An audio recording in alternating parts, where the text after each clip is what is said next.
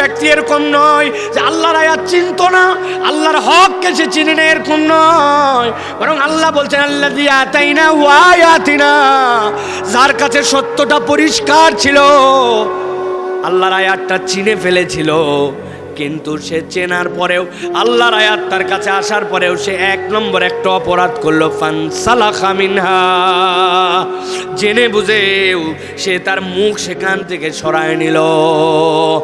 আরবিতে ইনসিলাক বলা হয়। আপনারা লক্ষ্মীপুরের মানুষ দেখছেন কিনা? হঠাৎ করে সকালে দেখছেন কিরে এই জায়গাতে সাপের খোলস পড়ে আছে, সাপ যে তার চামড়া বদল করে, দেখছেন জীবনে? কথা বলেন, দেখছেন আপনারা? চামড়া বদল করছে মানে কি? দেখতে মনে হচ্ছে সাপ তার অবয়বে আছে, কিন্তু ভিতরে সে নাই। আল্লাহ বলছেন ফানসালাখা মিনহা, এর মানে হচ্ছে আল্লাহর আয়াত চিনে, হক চিনে, সত্য জানে, কিন্তু জানার পরেও জেনে বুঝে সে সেখান থেকে মুখ ফিরায় নিছে। এইটা ছিল তার এক নম্বর অপরাধ।